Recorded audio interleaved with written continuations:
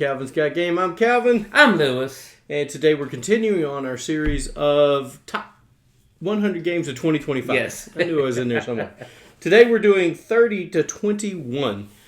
But before we do that, we got some business to get out the way.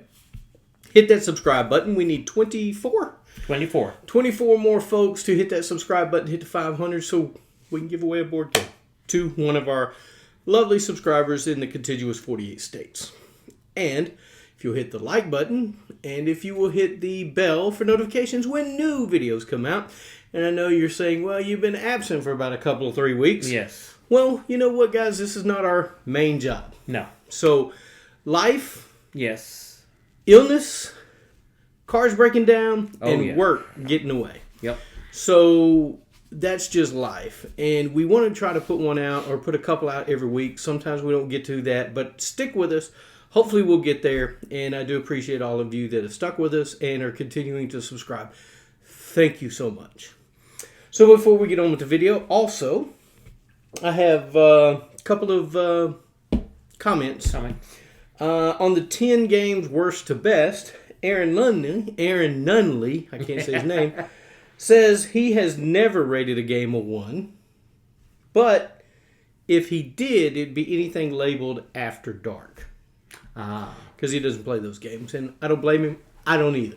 I don't need a kind of a snarky kind of, I don't know, how you say that? Innuendo. Yeah, whatever it is, of ugliness. I don't need that in the game. So I don't play those either. Now, I will give you the top 3 of his games that he ranks a 10, 9, and 8. He ranks Wingspan a 10. He gave me a full list, but I'm only going to give you 10 to 8. He ranked Wingspan number 10, a 10. And he ranked a 9, the Castle of Burgundies, and 8 was a game called Framework, which I don't think I've ever played. That's a good game. So, yeah, it says something about a tile laying game. But anyway. All right, and then we had on our top 100, 2025 100 from 40 to 31, James, and I hope I'm pronouncing your last name correctly, James Brazil. He said that he loves Dr. Finn games. Which is Sunset Over Water. Yep. And says he owns many of those. And he hopes they continue to work with PFG. I'm not sure who that is. It's slipping my mind. I know who it is.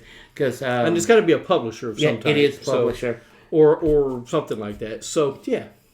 Yeah, they pull out good small games, and especially ones for couples. They don't actually aim toward couples, but they can be couple games. Okay. Yeah, because my wife and I like to play those. Right. Just me and her games. All right. Well, we're going to get on with our list, guys. We appreciate you once again being here. We're going to start with our number 30, and I'm going to go first. But before I go, I'm not going to go into full detail what these games are. I'm going to tell you why I like the mechanic, what I like about them, probably more the mechanics, things like that. So, not going to give a long explanation, so we're going to move on pretty quickly in this video, hopefully. All right, my number 30 is, actually it's a kind of a cheat because any of these games in the D&D category, board game, dungeon crawlers, and the one I picked was Legends of Drizzt. Okay. This is a 2011 game by Wizards of the Coast. 1 to 5 players, takes about 60 minutes to play. Guys, I just like their system. I like the dungeon crawl. I like the way the monsters don't spawn or they don't go every turn. They only go on your turn. And the fighting system is really good. So that's why Dungeons and Dragons was my number 30. And this was not on my list in 2024. A game that wasn't on my list last year in 2024 is Above and Below. Oh, yeah. A game that you introduced me to, and I really like it. There's one right back there. Look at that. Yep. Perfect timing. Yeah. 2015 game, Red Raven Games publisher, 2 to 4 players, 90 minutes to play, and of course it was new to my list this year. What I like it is a very diverse game. It can take different outcomes because of the book that comes with it that take you into adventures on there. And I like how it's just also so straightforward, very easy to very pick simple up. game. Yeah, very easy to pick up. It is you can call it a deck builder, a resource game. I call it a tableau builder. Tableau. Yeah. It's not, you're not necessarily having a deck, but you're building your tableau of your town. Yes. Yeah. But that above and below, which I believe you got the new version. Yeah, it's right back here. Yep. It's right back there. Above and below Haunted.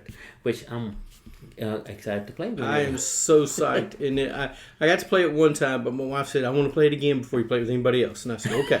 So we're going to give it another week, and then you'll be able to play it. Okay. That was my number 30, above and below. I love Red Raven Games is probably one of my favorite game publishers. I have a few. Yes. But it's definitely in my top 3. So it's, it can change from time to time, but Red Raven Games, Ryan Lockett does a great job with the artwork and publication of a game. Fabulous. All right, my number 29 was not on my list in 2024. It's called Raw. It's a 1999 game by Ravensburger. 2 to 5 players, takes about 45 to 60 minutes to play. Now, in Raw, it's a bidding game. I usually don't like bidding games, but in this one, you can see what everybody else has to bid. So you can try to figure out, do I waste my bid now to get another token for next round? Do I need the cards that are there? What can I do? And it's just such a fun game. And at the end, you're hoping somebody, whoever still has some turn left and everybody else is out, you're hoping the Raw comes up where they have to, they just may mess up. So, such a great game. Raw, my number 29. Mine 29 is actually one of my favorite publishers that I get a lot of games from. Stonemaier Games. Oh, I like Stonemaier too. It's probably, Stonemaier's up there too. One of my top 3, yeah. Mine is Wingspan Asia. Okay. 2022 game, 1 to 2 players, 40 to 70 minutes to play, and it's new to my list. Now, I do have a lot of the Wingspan expansions, I do. But this one, even if I didn't have the other ones that had more cards, I would have bought this one because it actually is for 1 or 2 players. Okay. The other ones can be single player, but it's more favor for the game to win than this one. This one is specifically designed for 2 players and solo, but it is designed in a way that it gives, even if you don't get nothing that one round, there's a little sideboard that you can get stuff on the end. So it's really balanced out the game for 2 players on this one. So I do appreciate the Stonemeier's going and adding the Wingspan Asian to give it more of a personal touch to that. So that's my number 29. This year 29 probably go up a little bit more because my wife, we just started playing it, and I think she's gonna enjoy it quite a bit too. Probably gonna be at concert. Let's play. Yeah. So 29 Wingspan Asia. I wish I liked Wingspan. I mean, I just wish I enjoyed it. I just don't, and I wish I did. All right, my number 28 was 27 last year, so it fell one. It's called The Adventures of Robin Hood. This is a 2021 game by Cosmos, 2 to 4 players, takes about 60 minutes to play. What I love about this game is you have these pieces in the board that you can flip over, and you have this hardbound book that tells you how the story goes, and it tells you which ones to flip over, what to do. You're trying to work towards it. It doesn't tell you exactly what to do. You have to kind of figure it out. It's a puzzly game, but The Adventures of Robin Hood is such a nice game. The components are great. That book is, like I said, it's a hardback book, and it is really nice. Guys, I enjoy that game. I don't own it. I really want to. And I'm thinking about pulling the trigger on it here soon. So I just absolutely love that game. The Adventures of Robin Hood is my number 28. Every time you say that, it goes puts me the mindset. The other Robin Hood. Rescuing Robin Hood. Rescuing Robin Hood. Which I understand some folks like it. But that's a board game or card game, really. That's designed to have at least 4 players to do. And when you have a game like that requires you to have a certain amount to win the game, that loses my interest right there. I know it says 1 to 5 players, but Yeah, It is. You need more people. Yeah, very difficult. Now, my 28 actually dropped a little bit. It was ranked 15th last year. Yep, 15th last year. It's Thanos Rising Adventures Infinity War. 2018 game, Lucky Duck Games. 2 to 4 players, 60 to 90 minutes to play it. It can be way less. It's it's a push your luck kind of game. On recruiting heroes with the one you start off with, defeat Thanos from getting all Infinity Stones. Yes, if he gets all Infinity Stones, it gets just worse and worse and worse. Yep. It's a great push your luck game, great co-op game. If you have that person that, I'm going to take the lead and going to do this, it's going to fail. For sure. Now, the one thing I really admired on this game is the figure of Thanos. They really put a lot of effort on the figure of Thanos on that. I think that's the big selling point of the game, is having that table presence of Thanos in the middle that rotates. He's big. Isn't that the one that's big and rotates? Yes. I think that's probably one of the selling points of the game. The gameplay's great too. Yes. I'm just saying. Yeah. Mine 28 is Thanos Rising Adventures Infinity War. That's a good one, Lewis. My number 27 actually rose this time. It was number 30 last year. It's Gloomhaven, Jaws of the Lion. This is a 2020 game by Cephalofair Games. 1 to 4 players. I'll get it there in a minute. 1 to 4 players. They all get jumbled up. 1 to 4 players. I love the card system in Jaws of the Lion. I like Dungeon Crawl. This game just has a lot of the things that I'm interested in. It's just a fantastic game. It's a smaller chunk than the big Gloomhaven, which I enjoy. Not that I don't like Gloomhaven. It's just Gloomhaven is so big. Jaws of the Lion kind of puts it into a bite-sized piece. Yes. And I like that. So my number 27 is Gloomhaven, Jaws of the Lion. Sorry.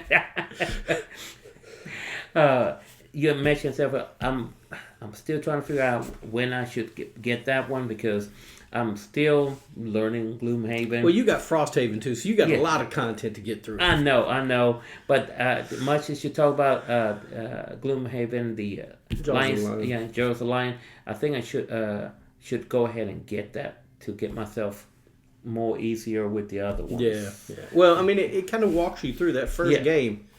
It walks you through how to play Gloomhaven. And that's what's neat for some folks. It's so good. So good.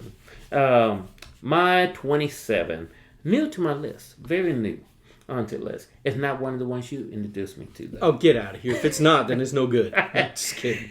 It's actually, forgot who bought it. Bought it to the table.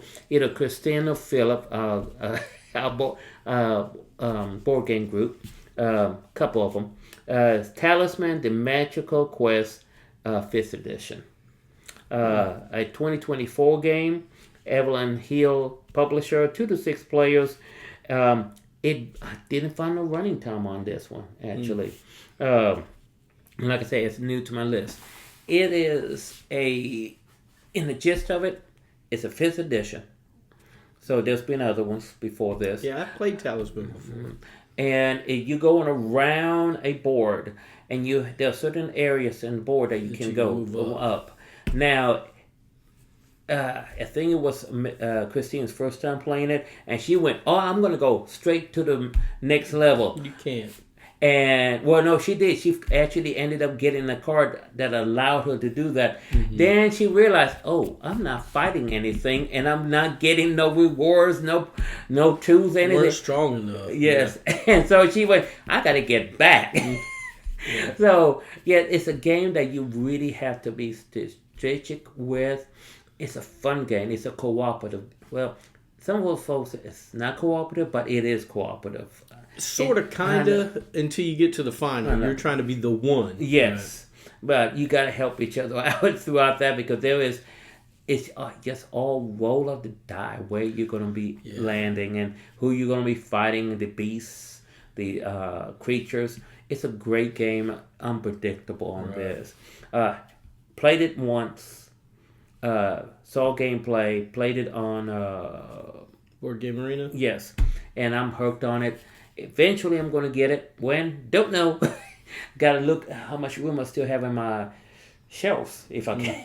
Who cares about room on shelves? I know. Just stack them. I Yeah. All right, Mama 27, Talisman, The Magical Quest. You know, I played Talisman, not that one, but I played Talisman before. One thing I didn't like about the game was the rolling and the moving. Because you may not land on the space you need. Right. And that aggravates me because I'm rolling around here getting nothing I need. Somebody else is rolling great and getting everything they need. And boy, it just really burns my hide, right? So there needs to be some better mitigation, and hopefully they did that in this one. No, it's still you're gonna miss. Oh, no. And the thing is, but that's the part of the chance of the game. I get that. I get the randomness. I get the chance, but I need some sort of mitigation, something. I can't. It's not like Monopoly. You just roll and you're gonna keep going around. Don't want that. Well, you can go backwards. I know you can go back or forwards, but every space that I needed, it didn't get me there backwards, and it didn't get me there forwards. So I was messed up all the way around. All right, my number 26. And it's not a bad game. It's not. It's just not. I have to be in a real good mood to play that game because it will just tear me down. My number 26 was not on my list last year. This is called Expeditions. It's a 2023 game by Stonemaier Games. It's a 1 to 5 players. Takes about 60 to 90 minutes. Now, Expeditions is a sequel to Expeditions. It's the second edition or in that line in the field. Expeditions to me is an easier game to play. It's a quicker game than Scythe. I love Scythe, but I think Expedition just does it better for me. There's some more exploration. You can level up things a little faster. I enjoy it a lot. I think it's a great game, and that's why Expeditions is my number 26. I think I have not played that one. I don't think you have either. No. I just recently acquired it not too long ago, but it's really, really made an impression on me. Okay.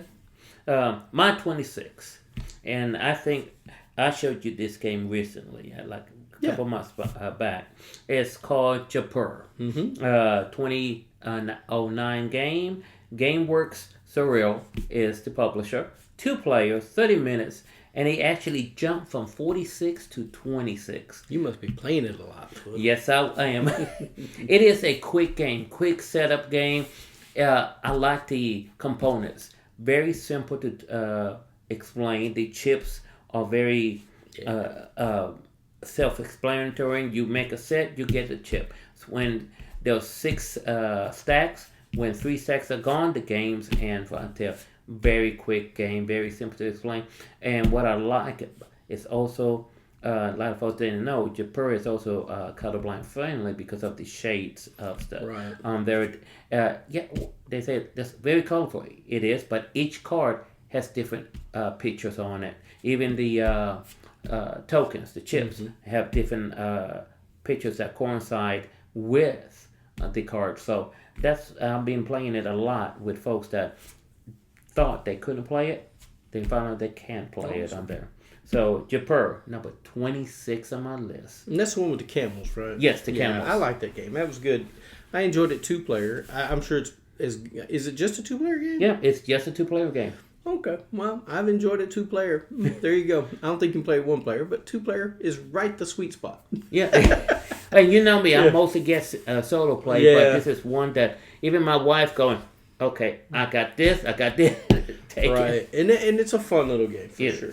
My number 25 was ranked 36 last year. It moved up some spots, about 11. Shadows over Camelot. It's a 2005 game by Days of Wonder. 3 to 7 players, and it takes about 60 to 90 minutes to play. This game would probably be in my top 10 if I could get it to the table more. But I can't get it to the table more because it takes 3 to 7 players. Now, Shadows over Camelot is a game to where you're trying to... I like the mechanism of you do something good, you do something bad. Mm-hmm. I like how you're trying to make poker hands to do what you need to do. I like having to go after the Holy Grail. I like going after the Excalibur, fighting off the pikemen and those other guys. I can't ever remember those, but I remember the pikemen. And then you're going up against the Dark Knight. This is such a great game. If you've never played Shadows over Camelot, you've got to find somebody to own it and get it played. It's such a great game. So that's why Shadows over Camelot is my number 25. Yeah, you need to bring it a couple of times to the game store. Yeah, It's some people like it a lot. Some people just can't stand it, and there's a few that don't like it. So, I mean, I get it that it's an older game for sure. I mean, it's a 2005 game, Yes. and they kind of everybody's a cult of the new, right? So, but Shadows over Camelot is timeless to me. well, I like I've never played it, but I like the concept that you have to do something good and something bad, because that just makes you make those choices. And there may be a traitor in the game, so Yes. they're happy to do bad things, and they may do the worst thing to hurt everyone. Mm-hmm. But if you're not trying to do the worst thing to hurt everyone, then everybody goes, he's probably not the traitor. But, and there may or may not be one. Yeah. My 25, I just received recently this past holiday. It's ranked new to my list. It's Under Fallen Skies. 2020 game, Czech Games Edition is the publisher. 1 player. 20 to 40 minutes to play. I like it. Plain simple. It's like Space Invaders. Yep. Space Invaders. And I have sadly played it maybe about 16, 17 times. I've yet to beat it. Because I keep pushing my luck in certain areas and not expanding my cave further. Yeah. So I'm messing myself up, pushing my luck on this. But I like the figures. It's just like the idea of Space Invaders coming from space, and you're trying to save your station from getting invaded. It's a quick setup game. There is the campaign mode, which I've yet to touch because I want to play it non-campaign and win a few times before I can do anything else on that. Yeah. And then you're shooting. Yeah, it's such a great... Space Invaders was great. Yeah, it is. All right, my number 24 actually moved up 23 spots. It was 47 last year. It's Betrayal at a House on the Hill, a 2004 game, Avalon Hill. 3 to 6 players, 60 minutes to play. I know some people are probably going, why isn't this in your top 10? You love this game. I absolutely do love this game. Problem is, once again, it's a 3 to 6 player. It's hard to get it to the table. If I get it to the table more, this would be on my top 10 for sure. But since I don't get to play it as much, it's ranked 24. Now, Betrayal at House on the Hill, you're exploring a haunted house. You guys know I like horror-themed game. You're going through trying to figure out why you're there, and at some point there's going to be a haunting or whatever it's called. I can't remember. And you do a haunt roll, and then the betrayer comes out, right? So somebody's going to be the betrayer, and you're going to find out why you're there. You got to try to stop whatever's going to happen, and they're trying to kill you most of the time. It's such a fun game. I enjoyed it a lot. That's why Betrayal at House on the Hill is my number 24. That's a good choice. I thought it would be a little bit higher, but you're right. 3 or more players, it's hard to get to the table. I can't get it to the table. I want to, and then when you do get it to the table, the bad thing is about this game, if you get it to the table and you play it with a group of people and you get one of those janky scenarios... Yeah, it turns people off, and yes. That's the bad part about the game. But that's why you really got to try to house rule it. And if everybody, I'm at the point where, hey, we know everything, right? You read me what you're doing, I'll read you what I'm doing, and that way we can figure it out together, and yes. It won't be so bad. And I know it just gives everybody a better feel of what they're supposed to be doing, right? And that kind of, especially with new players. Now, if you're playing with experienced players, keep all that hidden, great. Yeah. But if you're playing with new players, it would help to give them the information they need. 24. My 24. I should have a hate for this game. I do, but I love the game. I really do. Even though I don't survive long on this game. Never won it. Several times I played, never won it. It's Room 25. Yeah, it's a beaut, Clark. It's a beaut, Clark. Yep. Year 2013. Megagot publisher, 1 to 6 players, 30 minutes to play, and they actually went up from 33 to 24 on my list. It's a tile moving kind of game trying to get out of the prison without getting caught by the security guards. But if everybody's trying to get out together, the problem is there's rooms that might throw you out in space on the very first turn. Rooms that can kill you. What can I say? Don't walk in the wrong room. So it is a fun game. It is unpredictable because the tiles constantly are changing. It's even though I have never won it, never went past the third round, I still like it. Yeah. It's the randomness of the game and the chance of it, of what's going to happen. So Room 25 is my number 24. Excellent, Lewis. Excellent. My number 23, it was 34 last year, moved up to 23. It's Final Girl. It's a 2021 game by Van Ryder Games. This is a single-player game. Takes about 20 to 60 minutes to play, depending on what scenario you're playing. Once again, this takes all the horror tropes of Friday the 13th, Halloween, Jason. Friday the 13th, Yeah, Halloween, Nightmare on Elm Street. Takes all those tropes, kind of puts them. Now they're not called that, but you kind of get the gist of what they're going for in the game. And you're playing the final girl. I'm playing a girl. You're playing the final girl that survived, or that's trying to survive, trying not to be killed. And it's just so good. And it's a solo game, so I get to play it by myself and don't have to worry about having to get other people to come play. Such a great game. Van Ryder did a great job. If you like that one, you might like Hostage Negotiator as well. Made by the same company. You're just a hostage negotiator trying to get the people off the ledge or get hostages released. Great games, but Final Girl is my number 23. My 23 is new to my list. Just got into my library too, and it's the expansions to it too. It's called Forest Shuffle. It is a card-based game, 2023 game. Lookout Games publisher, 2 to 5 players, 40 to 60 minutes to play. Of course, it's new to my list. It's a tree deck building game with animals, shrubs, butterflies, insects. Yes, all this stuff. You put it all on your play area. At the end, you score the points. It's not a heavy set game of learning how to play it. The one thing I think turns folks off is the end game when you have to score everything.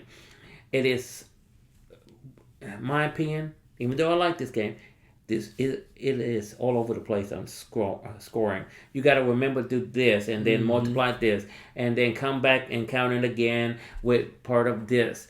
The scoring aspect of it is just a thing for new players. It's too much. If you are a board game person and playing board games for a long time, it won't bother you that much. But for new players, it is a lot of scoring, a lot to keep up at the very end and throughout the game. See how you can manipulate it so get the best score at the end of the game. But it is a very attractive game because of the artwork on the cards. A very game that can grow by the expansions added on to it. So my 23 is Forest Shuffle. I like that game, Lewis, but like you said, it's the in-game scoring that just gripes my constitution. That's why I played on Board Game Arena a lot. It's a lot easier to do. It calculates all the scoring for you, which is a thumbs up for me. So I enjoy that. So there you go. Number 22 for me. This game was 26 last year, so it's moved up. And it is Room 25. It's a 2013 game by Madigo Games. 1 to 6 players, takes about 30 minutes to play. Lewis is right. This game is chaotic. This game is fun. You're trying to explore rooms, trying not to die, trying to stay away from the guards, and you have teams. So you have everybody just deals out cards. You have a secret role of whether you're a inmate or a guard. Yep. And if you're inmate, you're trying to get out. You're trying to find that exit. And it'll be in one of the corners, one of the 3 tiles on each corner. And you're just trying to find it and get out as quickly as possible. You get to program some actions, which I like. It's such a fun game. Room 25 should probably be in everybody's collection, but I don't think everybody digs it as much as I do. But it's such a great game. Room 25, my number 22. It should be in my collection, but it's not. I'm trying to get it in there. It's hard to find now. It is. And because it will be in my collection when I find it because it's single player. Yeah, you can't. I don't find it as fun single player. It's not, but and you can play it cooperatively with other people, just trying to find the exit. Not as fun for me either. I like that tension of knowing, hey, I don't want to let Lewis in the room because I don't believe he's a whatever, or somebody else I'm playing with. I believe you're a guard. Stay away from me, right? Because they can push you into another room, and you have no choice but to go into it, and it's kind of wacky. So a lot of fun. My number 22, it actually fell from 16 to 22. It's called Endless Winter, the Paleo American version. Found out there's two versions. I did not know that. 2022 game. Fantasia's Games publisher. 1 to 4 players. 60 to 120 minutes. Game time. Like I said, it was ranked 16 last year.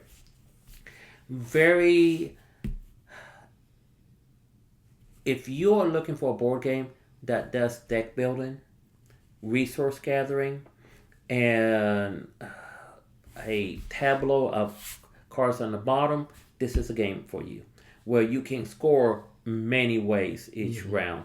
So if you are one of those persons that you want to have score some points at the end of every round, this is a good game for you, because it has so many ways to score points, so many ways to manipulate your setup that you don't feel like you're always behind. You have that as maybe next round, or I know next round I'm going to get points that are going to get me closer to the win area.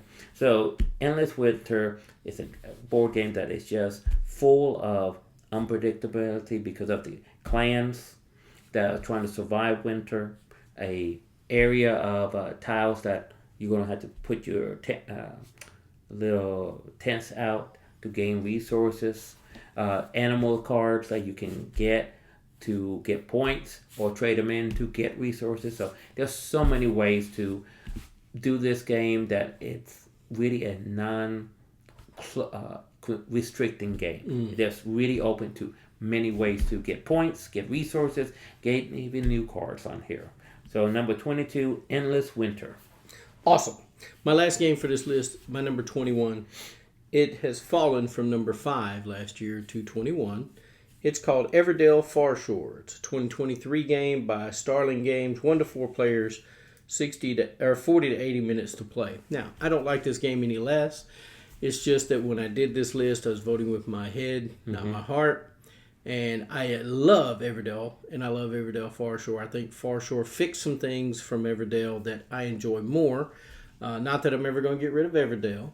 I'm going to keep it, and I'm going to play Everdell Far Shore as well. So in Everdell Far Shore, you're doing everything that you do in Everdell. It's just a different setting, different characters. There's some different ways that you can go to spots. You have these islands, and at some point those islands, some of them will go away depending on the player count when the last player moves the season. So it's just a great game. I love Everdell Far Shore. I like Starling Games. They do a great job putting games together and their components. So it's a great game. If you haven't played it, you might want to check it out. If you like Everdell, I think you'll like Everdell Far Shore as much as I do. That's why it's my number 21. My last one, number 21, new to my list actually, is called Canvas. I know you have tried it. I'm sorry. Did I make that face? I'm so sorry. 2021 game, Road to Infinity Games publisher, 1 to 5 players, 30 minutes to play. It is not the cup of tea for everyone. It's not. And I understand why. You can be very repetitive in this game.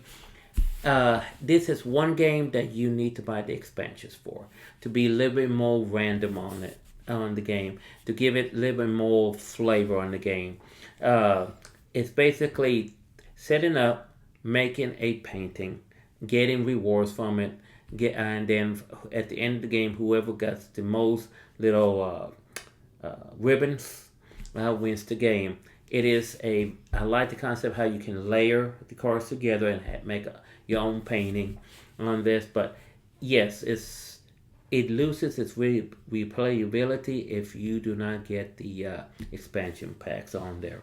I like it how I think it was the third one they start putting out little easels so you can display your portraits a little bit better. So yes, Canvas, new to my list, but it is to me being an art person. I like to be in charge of that, but I can see how it is not the cup of tea for many folks. For me and my wife, it is. We both are artists. We like this, but others, and that's okay. That's okay. That's why there's many different board games out there. That's exactly right. So that's my last one for this one. I find Canvas to be more of an activity than I do a game. Are the paintings cool when you create them? Absolutely. I love the sliding in the transparent cards to make a new painting or a different deal. Yes, I like that. I love Mystic Veil for that same reason. But Mystic Veil, you are buying cards out there. You have to. There's a push your luck aspect, and you get to buy things. In Canvas doesn't have. You're just picking a card and putting it in the thing. To me, there's no game there. It's just an activity of trying to make the best looking painting. Now, I know there's scoring conditions. You got to have certain colors and certain things. I get that. But I just didn't find the game interesting enough to stay in my collection. I owned it, and it went right back out. So, like I said, beautiful game. Nothing against the designers. Nothing against the publisher. It's a beautiful game. It's just more of an activity to me than it is a game. But that's my take on it. So if you don't agree, put it in the comments. Love to hear it. You can disagree, but we'll agree to disagree. Yes. All right. Agree with me. You can agree with Lewis. It's fine. Guys, we appreciate you. We need 24 more subscribers. Hit that subscribe button. Hit that bell. And hit the thumbs up. Lewis, what was your publisher this week that you highlighted? I think that it was all spread out this week. Mine was for sure. It was all over the place. Yeah, mine is all over the place. Mine is all over the place. I figured when I got closer to the top, it'd be more, but they all didn't come together. No. So yeah, mine is all over the place on this one. Yeah. Well, guys, I want you to go see your local game store wherever you live, wherever you're at. Go look at your local game store. Go buy a board game from them. Keep them in business. They need you and your support. Go check them out. We love our local board game store, Three Sons Unlimited. They're such a great folks. The owners are fantastic. They'll even take time to play a game with us. It's just a lot of fun. They got some cute dogs too. So if you go to your local game store, give them a shout out. Let them know you appreciate them being there. All right, guys, that's our list. If you have any comments, what'd you think about the list? You think there were some of these games on here that shouldn't be here? Or you think my opinion or Lewis's opinion of a game is let us know. We'd love to hear it. Guys, as I always say, I better get this thing ready to turn this thing off or I'll be staring here looking at you for about 5 seconds before I turn it off. As I always say, guys, get a board game to the table. Spend time with your friends and your family. And thanks for watching Calvin's Guide Game.